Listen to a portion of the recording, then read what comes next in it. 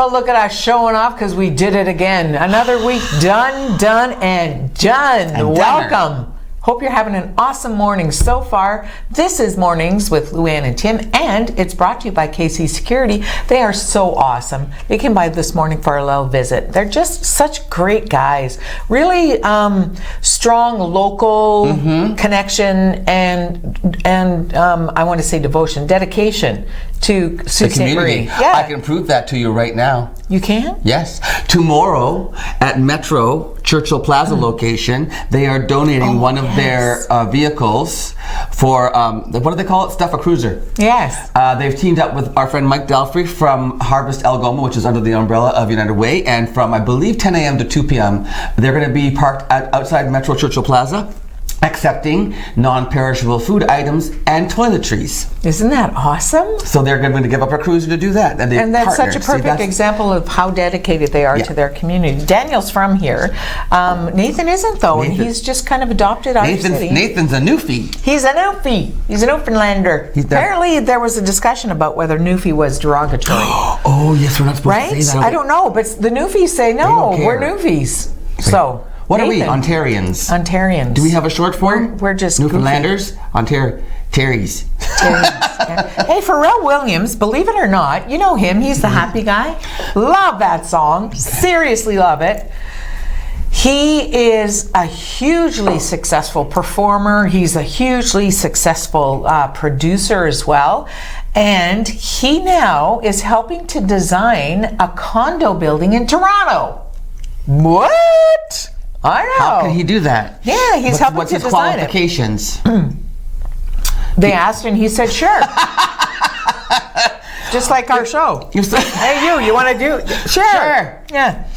He says that... what are my qualifications, right? True.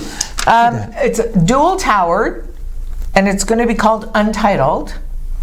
The developers say that his music... The building is called Untitled? Mm-hmm. Okay. Developers say that his music and aesthetic capability shaped the project. Curved balconies modeled after the sound wave pattern of his song Gust of Wind. Oh, come off it. Yes, clothing, accessories, and furniture he's into. And the new condos are going to be at Eglinton and Yonge. Well, Elgin and Yonge. I'm sorry. Elgin and Yonge. Yeah, so when you move there, you need a condo, just hit up Pharrell. Tell him I sent you. Yeah, how much do those go for? Imagine. At Elgin and Yonge? Oh, my heavens. Right? Oh, my heavens. They're going to be $2 million. What a place to be, though. Ideally there for the whole summer because of all the exciting festivals and stuff.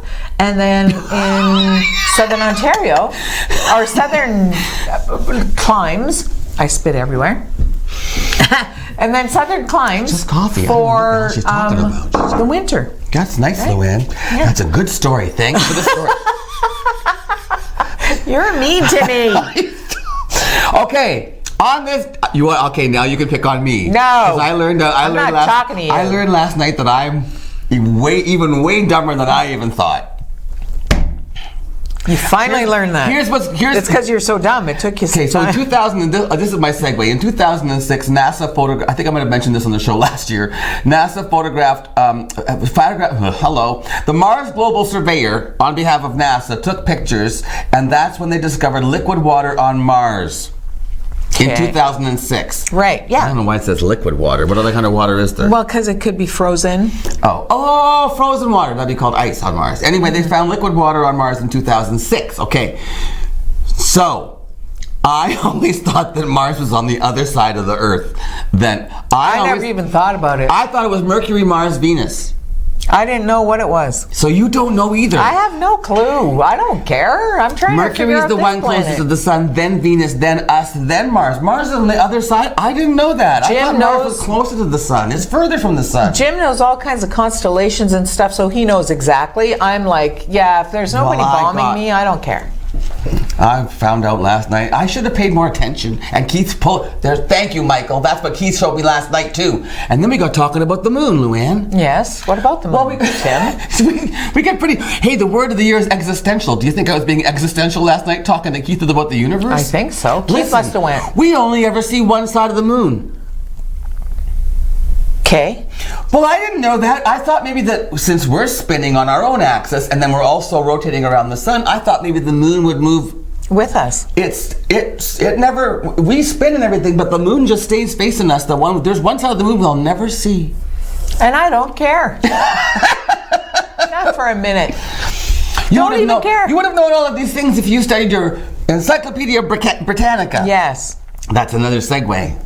Because it's a birthday. The first edition was published in 1768. Wow, that's old. I had no idea. Did you used to have them? Yes. Yeah. Oh, yeah. Yeah. Remember when they came door to door? No. And to sell them? Well, they didn't carry the book. I have a question for you. In which country was the first edition of the Encyclopedia Britannica published? Britain.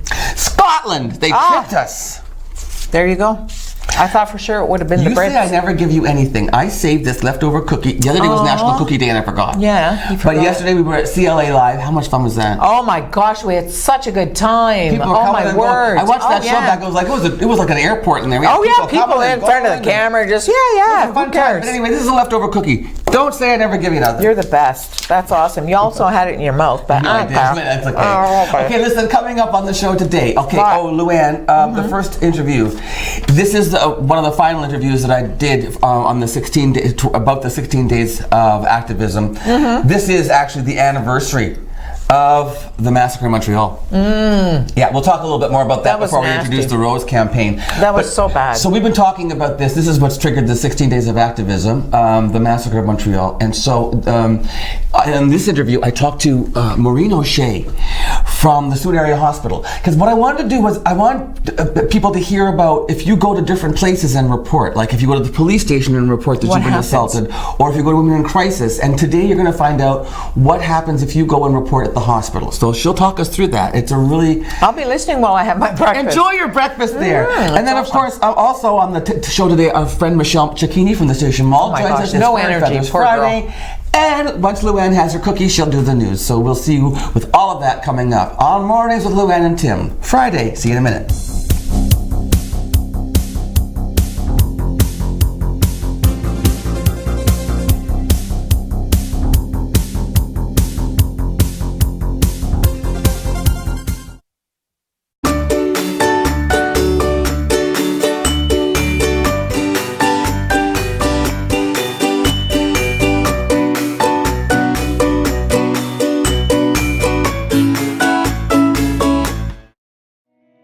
Last year we've been celebrating our 65th anniversary, dating back to services originating in our community in 1954, which is quite some time ago. It's been a great opportunity this past year to recognize the pioneers, the stakeholders that worked tirelessly to create what we are today.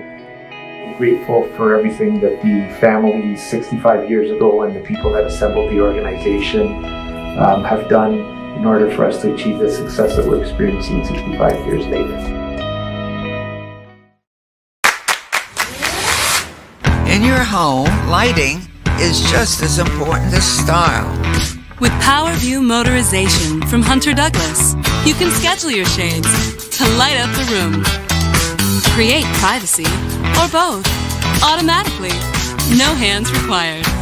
So your shades will always be in the right place at the right time in style. And it's only from Hunter Douglas.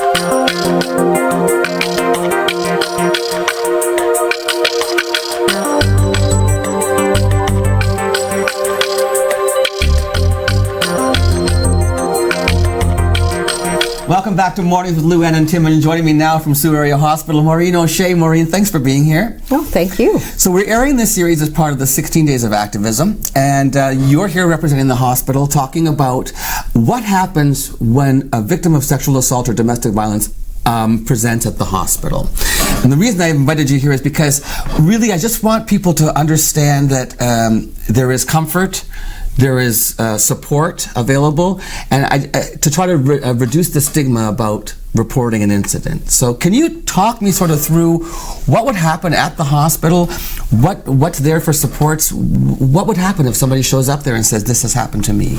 Okay, so first thing, that client would present to triage, and they would ask to see a sexual assault or partner assault nurse. Okay. And because we do see clients who have been impacted by domestic violence as well, so they would ask to see a nurse, and then so that nurse would take a brief history, make sure that there weren't any urgent medical needs that needed to be addressed, and then she would call us, and we would present within an hour, like that's within our standards of care, and then we would take that client to, we have a private area that's separate from Emerge but adjacent to, and so that we can provide our assessment, and then the client can decide what they would like to have done. Okay. And so it's entirely their choice. So a misconception might be that if somebody comes to the hospital and says, I've been assaulted or I'm a victim, then immediately you have to call the police. So that is incorrect. So truly what we see is that when we provide the client with options, we talk to them about involving the police, but that is an individual choice as to whether or not they involve police, and that is whether it's OPP, whether it's city police, or whether it's our Aboriginal police force. I got you. Okay. The other thing that is, I think, important for people to understand is that sexual assault nurses, you have a sexual assault, what is it, SACC? S-A-C-C? What does it stand for? So that's Sexual Assault Care Center. Care Center, okay. Yes.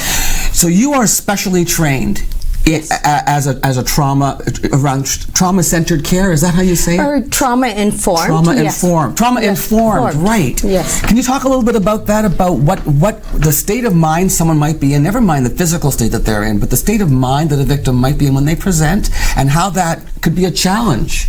Well, so that is so varied, how each individual deals with that trauma. Right. So they may be, they appear just fine and they're able to converse. Other people may be very fragmented and not be able to really piece together what their assault looked like in a logical form. Right. Some people may have been influenced by drugs or alcohol that have been consumed. So all of those presentations come forward. So really, it's so important, like with the trauma-informed care, we look at that they're seen, that they're heard, and that they're believed.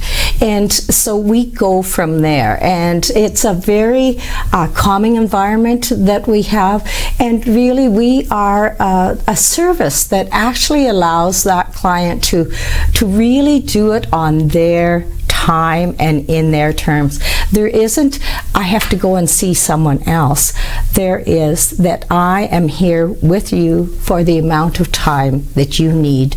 And it's always that individual choice, because I think so often in that sexual assault or in that domestic violence, we have taken away that choice. That person's choice has been taken away. And so what we wish to do, because these women and men who have come forward, really that is a very powerful statement about how strong they are, that they are out seeking to reclaim that control over their lives. So they're not weak for seeking help. That is a very strong statement about how empowered they actually are to actually seek that care. If time has passed, can a person still report to the hospital? If the assault didn't happen immediately, if it's a matter of days even, is it still a good idea, or Do you know what I'm saying? Does that happen? Do people come after the fact? They do. And so we have some, like our forensic evidence collection, what we used to be referred to as the rape kit, is a sexual assault evidence kit. That is time sensitive. For a child that is pre-puberty, is like we have a very narrow window of like 40 to 72 hours, but we would still see that child in a booked medical appointment. For adults, we have up to 12 days after the assault for that collection of evidence. But there are other options that they come to see us for. Really, what they're, for the most part, what we see people seeking is whether or not they've become pregnant as a result of that assault, whether or not they've contracted a sexually transmitted infection or HIV. Those tend to be the main concerns that those visits revolve around. And the other pieces that we look at are, so we assess, is it within our medical directives, because we operate under medical directives at Sioux Area Hospital, and that we can treat that condition when that client is with us. So a lot of education around health and about promoting health as well, and really that individual is well, that as a result of that trauma, that they haven't suffered injury, that basically they are well and that they can move forward. It's a period of helping them to move forward in that. And the fact that they are reporting that there's now a medical record, that because not everybody right away can make decisions. This trauma can last, and making a decision about moving forward, whether you want to take legal action, whatever channel you want to follow, it never hurts to have that medical record, because that can become evidence later, should you choose to go that route later on, right? That's correct. And so oftentimes with that, seeing that client, there is written documentation of that incident. So that is kept as part of that client's chart, and it's all confidential.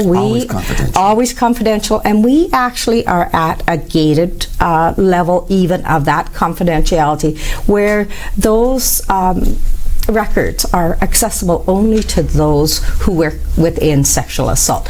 So so I can only access records within the clients that we have seen. I don't access that general population, and so it is rigorous confidentiality and privacy around that.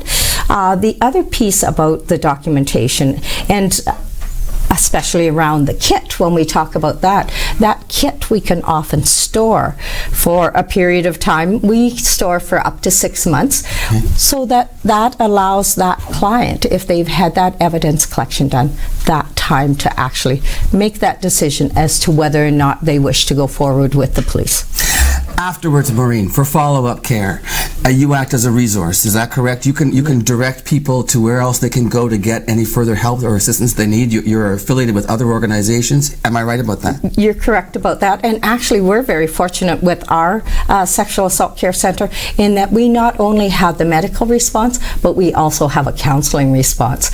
And not all of the 36 centers that are a part of the Ontario network have that social work component in-house, so to speak. Right. Those are often contracted out services, but we have 2 very skilled individuals who have been doing this trauma work for a number of years. And so truly, when that client comes to see us, there is no wait list, that they are actually seen. So no wait list for our acutes. For those under the age of 18, no wait list. And so that is really a huge component of that referral piece. So they get that very specialized care. We also refer to Algoma Family Services. If they're Francophone, we have Centre Victoria, and so they work well with us. Even to facilitate police, the shelters, we want to always ensure that individual safety, whether male, female, transgender, matters not. We serve all of those clients.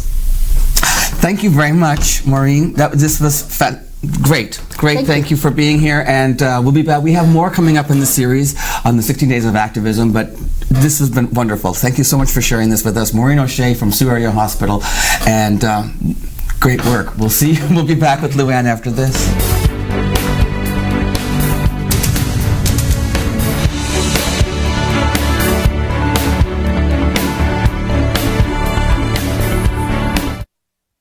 This is On TV.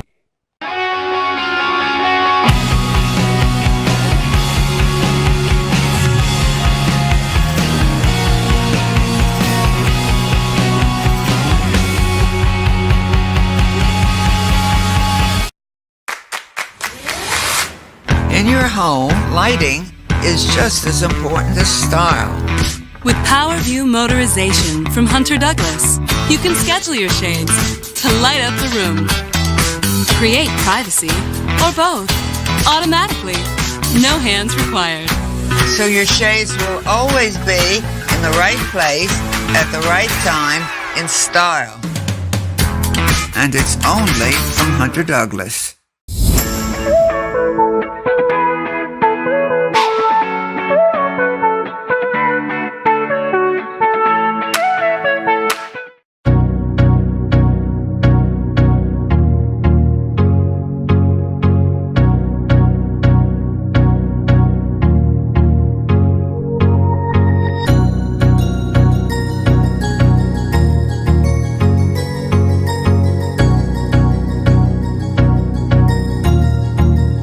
That's good.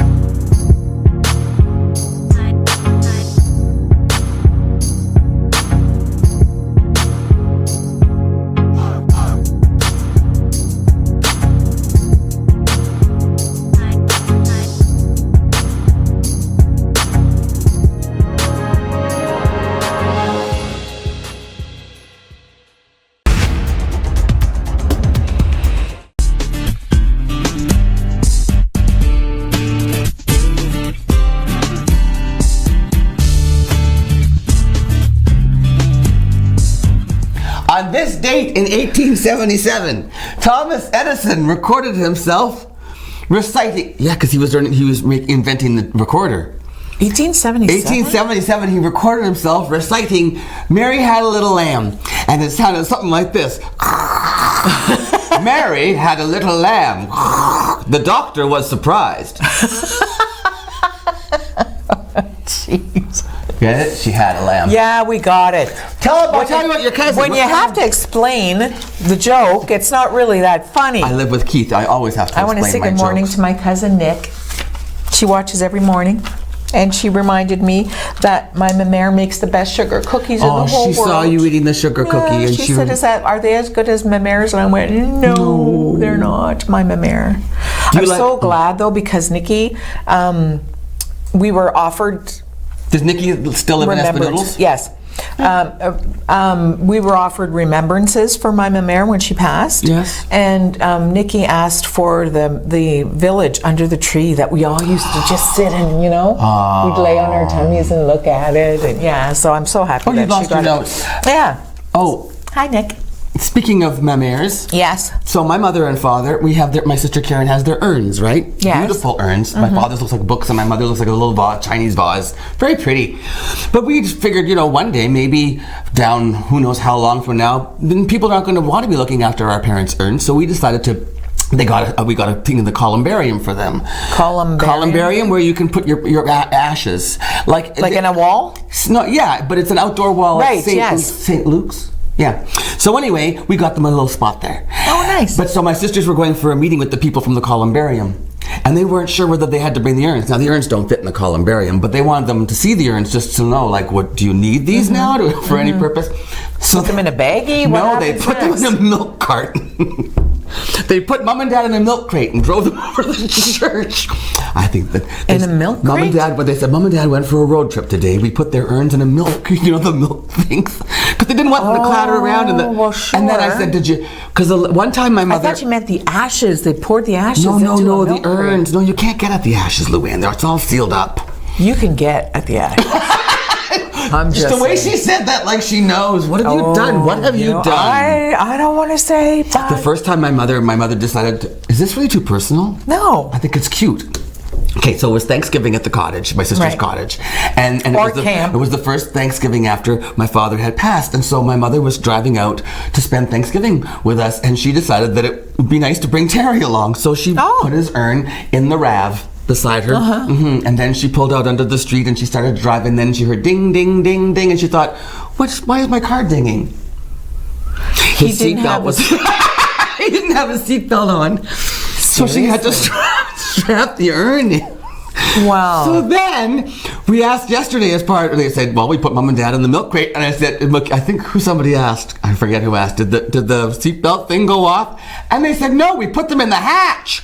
Oh! You put your mother and father in the hatch? There's not a lot of respect Please there. don't ever my sisters don't watch the show regularly, and I just hope that they're Thank not watching. goodness, because they're going to be mad at you for spewing Come all on, that. it's cute. It's a lovely story. It We is love very it. cute. Yes. so- And you miss your mom and dad. Of course every so. day. Yeah. Yes. I miss my dad too. Okay, so now on a serious note. So Yes. we're going to do this. The Rose campaign has been going on, and the Rose campaign, sponsored by Women in Crisis. And I'll tell you, Jacob has done a beautiful job He has. of filming these employees, the staff members from Women in Crisis, as they go out into the community and give away roses as an appreciation for people who have worked to support women in crisis or just have done anything toward gender-based violence and It's violence so against lovely. women. So anyway, this is just wrapping up now, and so there's a special video. It's about 6 minutes long, and I hope you enjoy it. Once again, this is about the 16 days of activism that's wrapping up in memory, especially today. It's the 30th anniversary of the Montreal massacre, where 14 women were massacred at École Polytechnique in Montreal. They were studying to be engineers, and it was an anti-feminist attack. The attacker separated the women from the men, and then he murdered 14 women because he did not like feminists. So this is what this has been all about. So we really hope that you enjoy this next segment. Well, not enjoy, but appreciate this. How about that? Appreciate this Rose segment, especially today on this anniversary of the Montreal massacre. And then Luann will have the news after this. So please stay with us.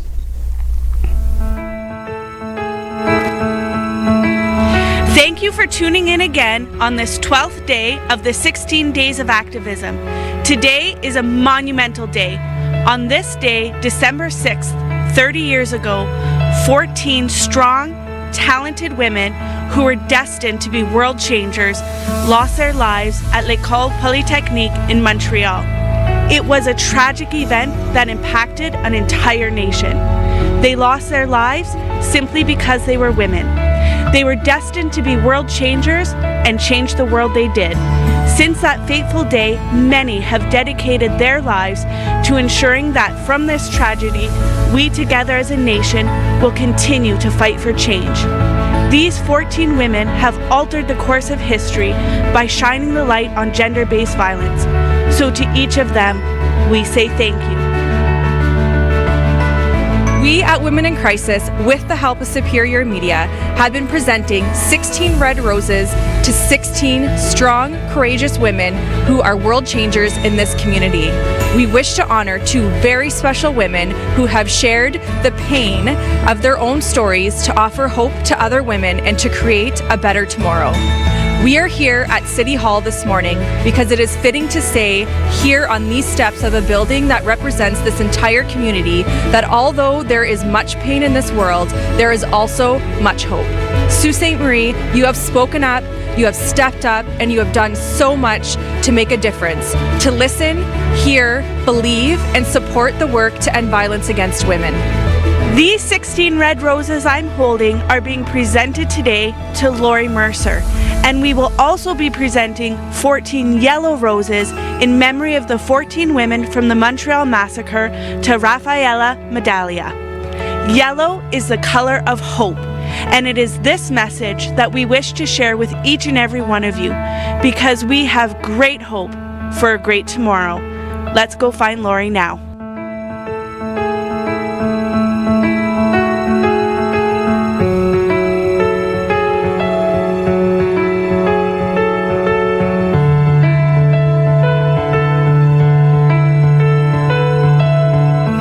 Hi Lori, thank you for inviting us into your beautiful home. You have been nominated by a member of our community for your strength, your courage, your work and passion towards ending violence against women, and for your dedication to bringing change for future generations. Specifically, you have been nominated for teaching us that women can find beauty within themselves and that they can transform and they can change the world. So thank you for being a light in this community. I don't even know what to say. I'm very humbled, I'm surprised, I'm shocked. Wish I knew who nominated me so I could thank them. No, I'm speechless. I'm glad, I'm beyond happy that I chose to change my life and now I'm changing other people's lives. Thank you so much, Lori.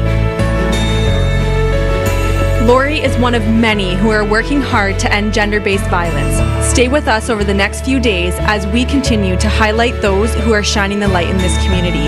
How can you help? Visit womenincrisis.ca today. Ending violence against women starts with you. We are here today with Raf. Raf, you have been nominated by a member of our community for your strength, your courage, your work and passion towards ending violence against women, and your dedication to bringing change to future generations. Specifically, you have been nominated for being a true success story as you worked at WIC as one of our own for 20 plus years, making your survival a driving force to make change for future generations. Thank you for being a shining light in this community. Thank you very much. I'm honored for never expected to receive the 16 roses. This is a hard time of the year for me because it reminds me of 35 years ago when I ended up then being a Women in Crisis as a resident. And I thought it was bad. It was something it was bad. But these women, which became part of you later on, I built from them. And right today I'm very happy. I'm looking forward for Christmas, and not the news because it's usually there's a lot of violence, and I wish there was more to do, and I wish my wish is still going on for that. And I thank Women in Crisis for allowing me to be one of them because I found something that I could build on, and I did. And I thank you from the bottom of my heart. Raf is one of many who are working hard to end gender-based violence. Keep tuning in over the next few days as we continue to highlight those who are shining the light in this community. How can you help? Visit womenincrisis.ca today. Ending violence against women starts with you.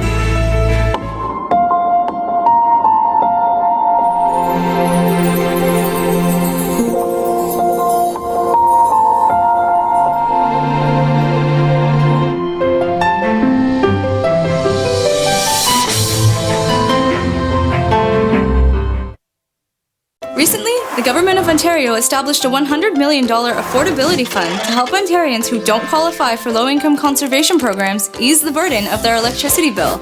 Whether you rent or own your home, as long as you pay your electric bill, you could qualify. There are 3 levels of support available. The first is a home energy kit with upgrades like smart power bars and LED light bulbs. The second includes Energy Star appliances that help keep things cool during the hot summer months. The third is for electrically heated homes so that your power bills don't break the bank during those long Canadian winters. Plus, all upgrades, including installation, are completely free of charge. Visit affordabilityfund.org or call 1-855-494-FUND to find out if you qualify.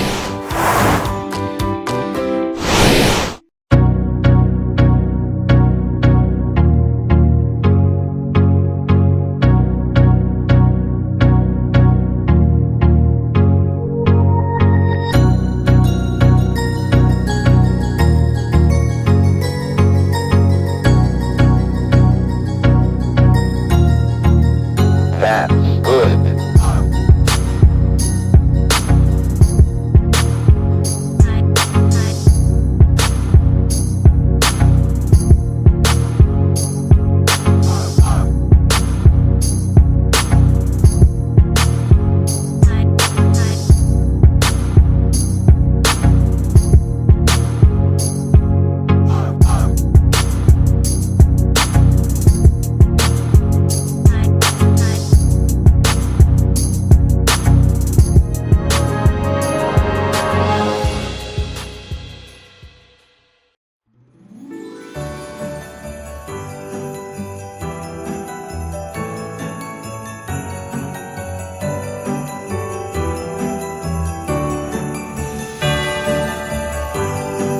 Wishing you a Merry Christmas and a Happy New Year from Jody and Courtney at Yes It Fits.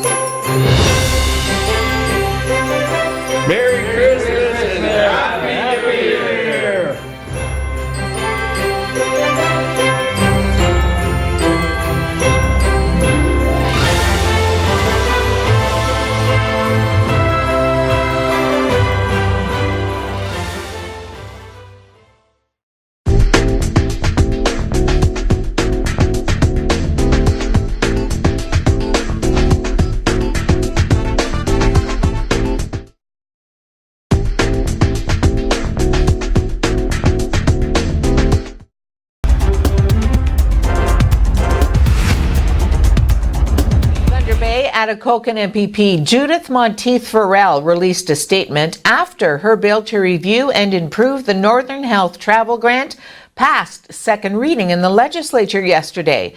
The statement indicated that an advisory committee will consult with Northern families and healthcare workers on ways to improve the grant.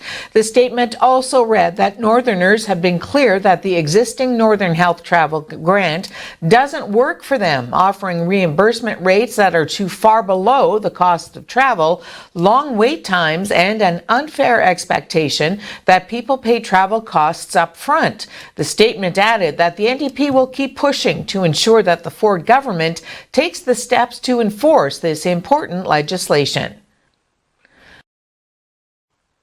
The Ontario government's concern for young residents is prompting it to entertain the idea of banning flavored vaping products, that from the province's health minister yesterday, as another Canadian province finalized its own prohibition on the popular items. Christine Elliott said Ontario's progressive conservative government is concerned about the spike in youth vaping and is looking at a variety of measures to address it. The minister's statement came the same day Nova Scotia's health minister announced that province will be the first to ban sales of flavored e-cigarettes and juices starting April 1st, 2020. Randy Delory said the move is aimed at promoting a smoke-free culture in a province where vaping rates have been growing, especially among young people. Elliott said her advice to young people is to not start vaping, adding that some of the products featuring enticing flavors such as cotton candy and peach juice appear to be targeted to a young audience. Vaping proponents say it's a safer alternative to smoking and can help people quit that habit. Ontario said last month it would ban the promotion of vaping products in convenience stores and gas stations, a measure that will come into effect next month. The province's Auditor General said this week in her annual report that as many as 10,000 unsafe commercial vehicles have been allowed to operate on Ontario's roads because of a drop in the number of government inspections.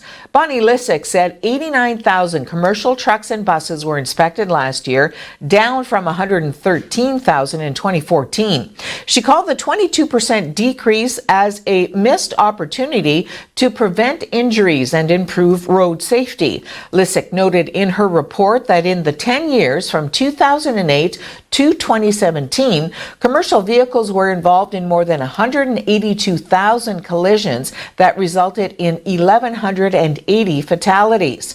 The province had over 290,000 registered commercial vehicles operating in 2018, and truck traffic has increased by 10% over the last decade.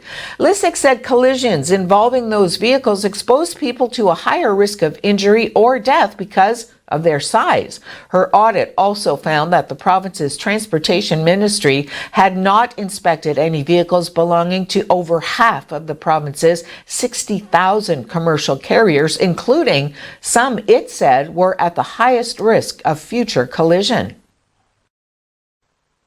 Justin Trudeau has launched his second mandate and a new era of minority Liberal government with a throne speech light on details, but heavy on the need for all parties to work together. The speech from the throne, penned by the Prime Minister's office, but read by Governor General Julie Payette, strikes a humble tone as the government appeals to opposition parties to help make the new minority parliament work. Whether it's fighting money laundering or making parental benefits tax-free, there are good ideas across parties, and this government is ready to learn from you and work with you in the years ahead. A controversial television ad that aimed to denigrate the federal carbon tax but was roundly mocked for sending the opposite message cost Ontario taxpayers $4 million. The cost of the ad, which was part of the Ford government's campaign against the Ottawa levy, was included in the Auditor General's annual report released on Wednesday. The ad, which featured a narrator listing ways in which the carbon tax would raise prices on everything from gas to groceries, became the subject of ridicule when it was first released earlier this year. While the ad failed to mention the rebate that most households in Ontario will get from the carbon tax, the images accompanying the voiceover showed cascades of change pouring out of air vents, fuel pumps, and store shelves. The auditor's report criticized the pricey ad, saying that while current regulations give the Auditor General's office less power to object to partisan messages, the government's campaign likely wouldn't have passed muster under the old rules.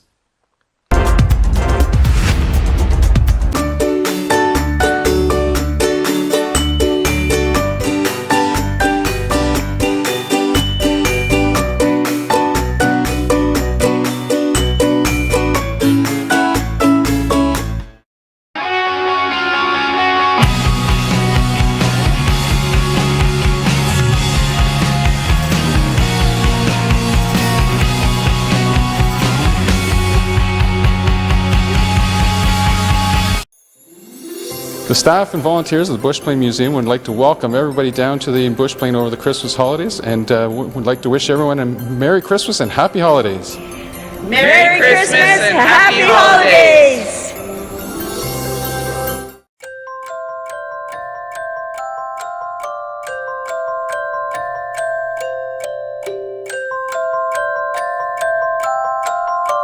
Merry Christmas and Happy New Year from the Arturos family to yours.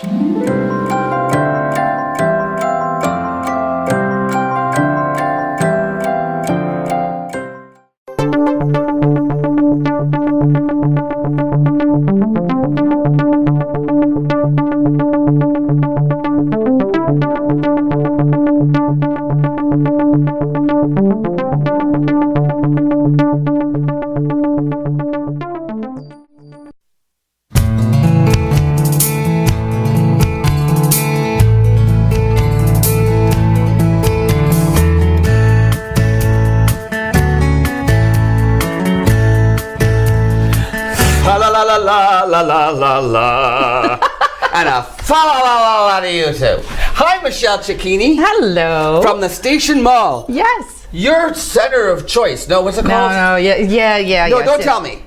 Your Station Mall. The center. Your center of choice. I was right. You are right. Okay. It used to be the center of it all. Yeah, well, it still is to me. Yeah, we do a lot of things. I was just there.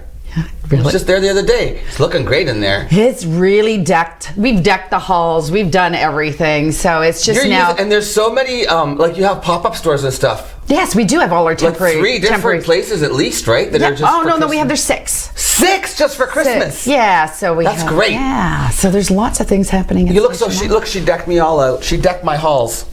With my brought a little hat for him to wear. You look cuter than I do, though. Yeah, all the jingle ladies.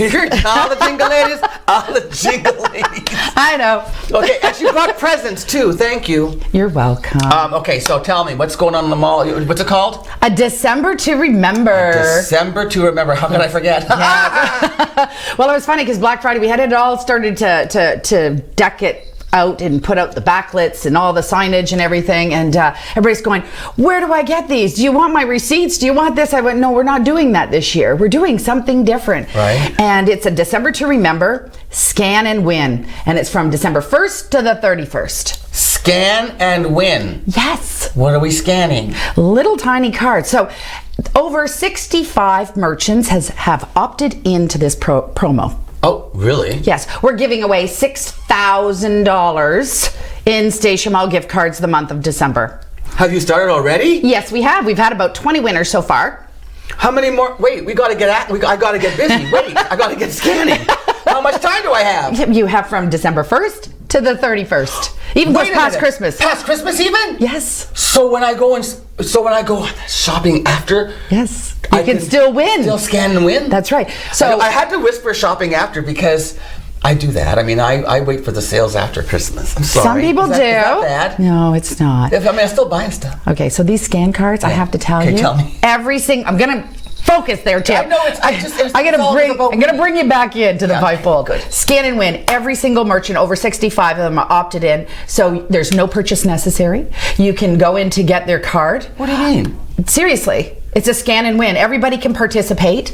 It's a little scan card. We have 2 scanning pods. One's located at Charm Diamond Center. The other one is located at People's Jewelers. Okay. And people walk up, they take their scan card, and they do the little scan gun. The gun scan gun? Yeah, and scan the barcode, and it tells them instantly whether they're a winner or not.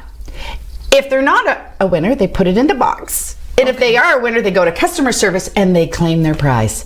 And we're giving away anything from $10 to $500 in gift cards.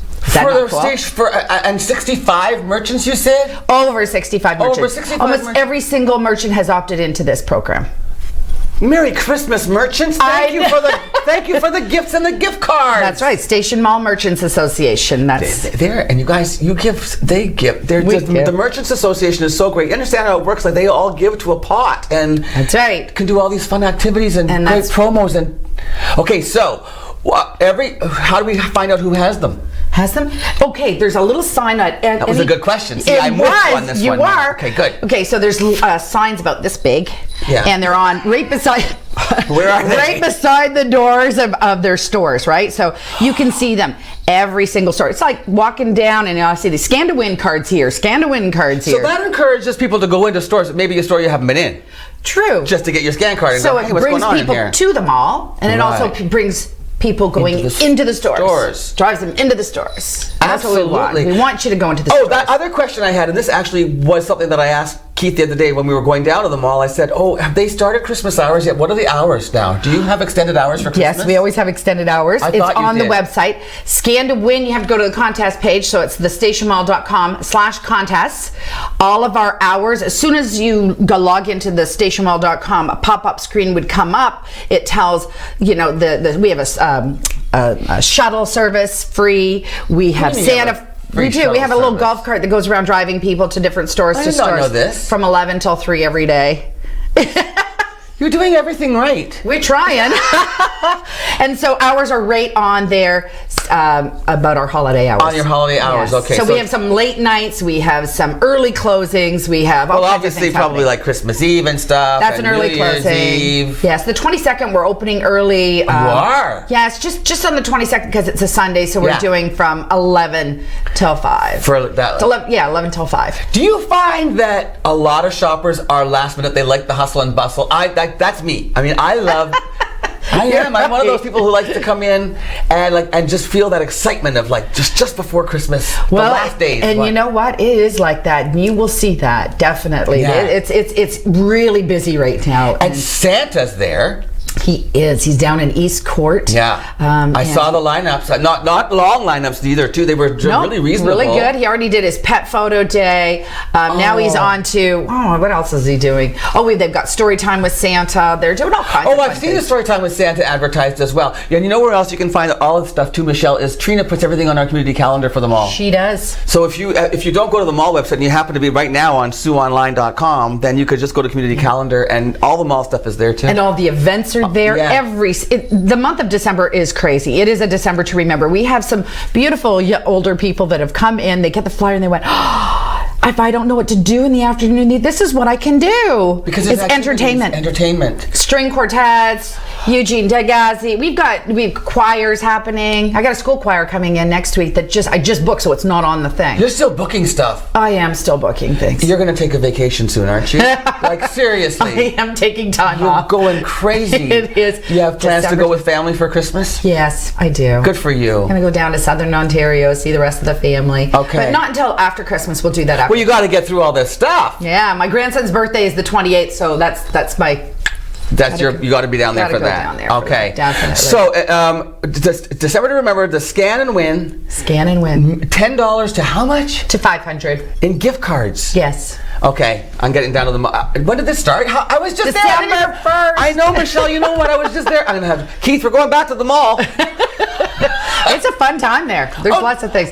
People are loving it, and the merchants are loving it too. It's making it busy. There's a lot of interruptions. So when you go in, please be respectful of them and their customers that they're serving. Well, absolutely. Just look around the store. You might find something you like while you're waiting for your scan card. I have another question about Christmas cheer. Sure. How's that going? As far as I know, the depot's going great. In fact, we actually put a little fenced-in area in front of the shoe fits, so you can do your drops right there too as well.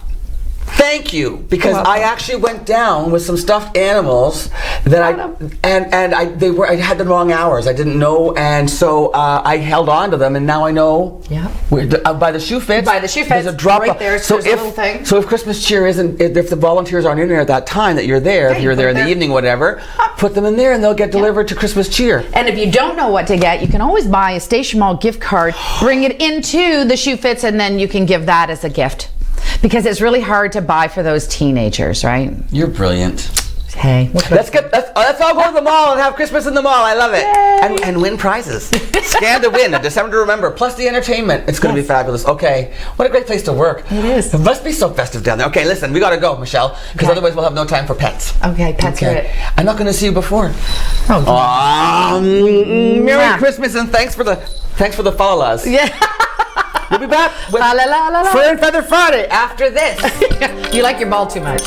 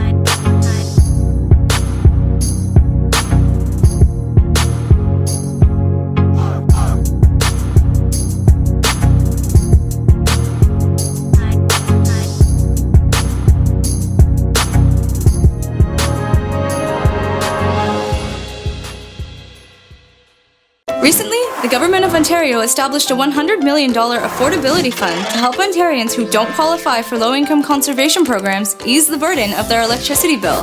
Whether you rent or own your home, as long as you pay your electric bill, you could qualify. There are 3 levels of support available. The first is a home energy kit with upgrades like smart power bars and LED light bulbs. The second includes Energy Star appliances that help keep things cool during the hot summer months. The third is for electrically heated homes so that your power bills don't break the bank during those long Canadian winters. Plus, all upgrades, including installation, are completely free of charge. Visit affordabilityfund.org or call 1-855-494-FUND to find out if you qualify.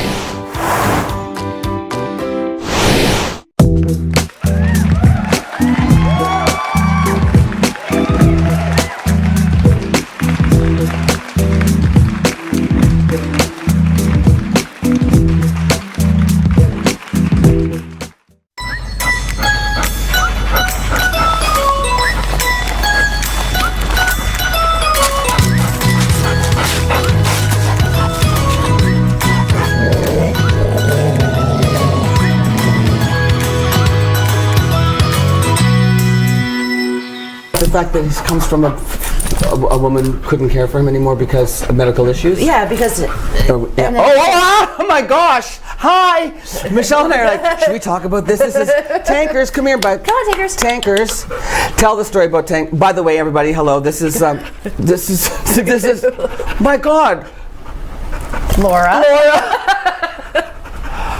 Hi, Laura. Hi. I need more coffee. Laura, you mean to say Laura Smith. That's right. I got the last name You right. did. This is It's an easy Tankers. one. We're all straight, and I'm Tim. Good. Yeah. Tell me the story about Tankers, Laura Smith. Tankers came to us a few weeks ago. His owner was elderly and having some issues with like dementia and things like that.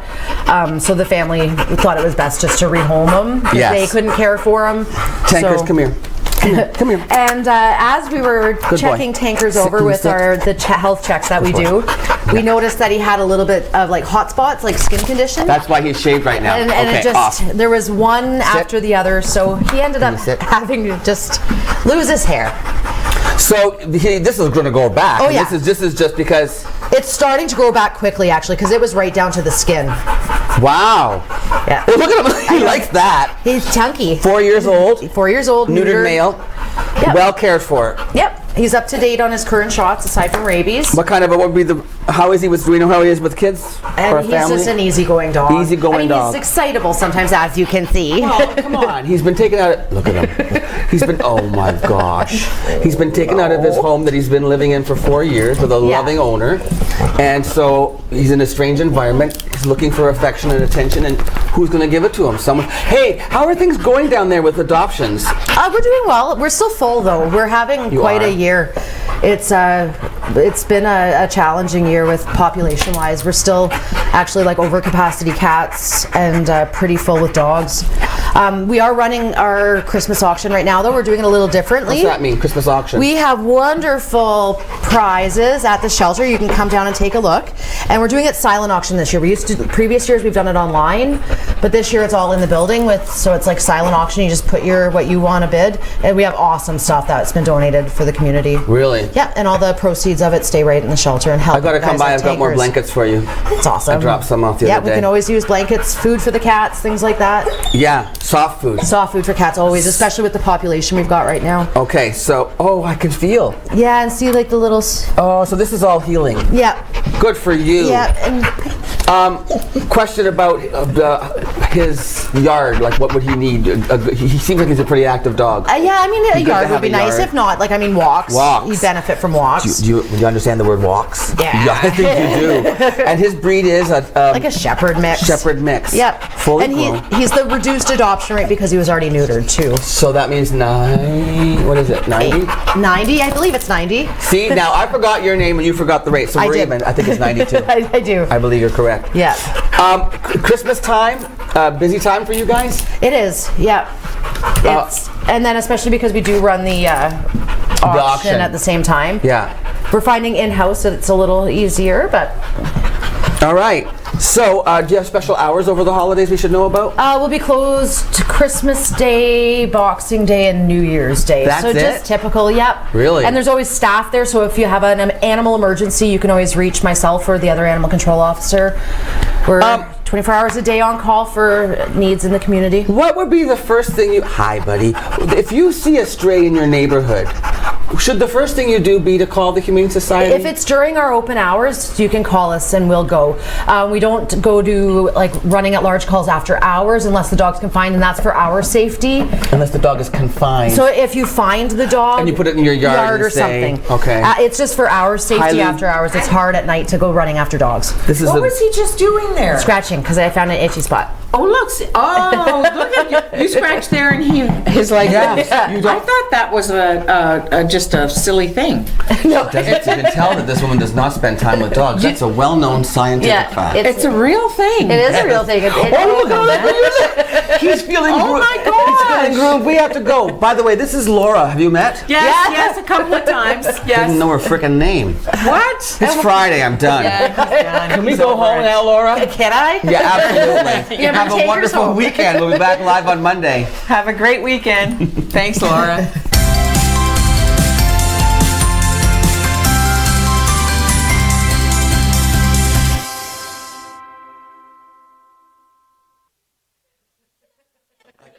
This is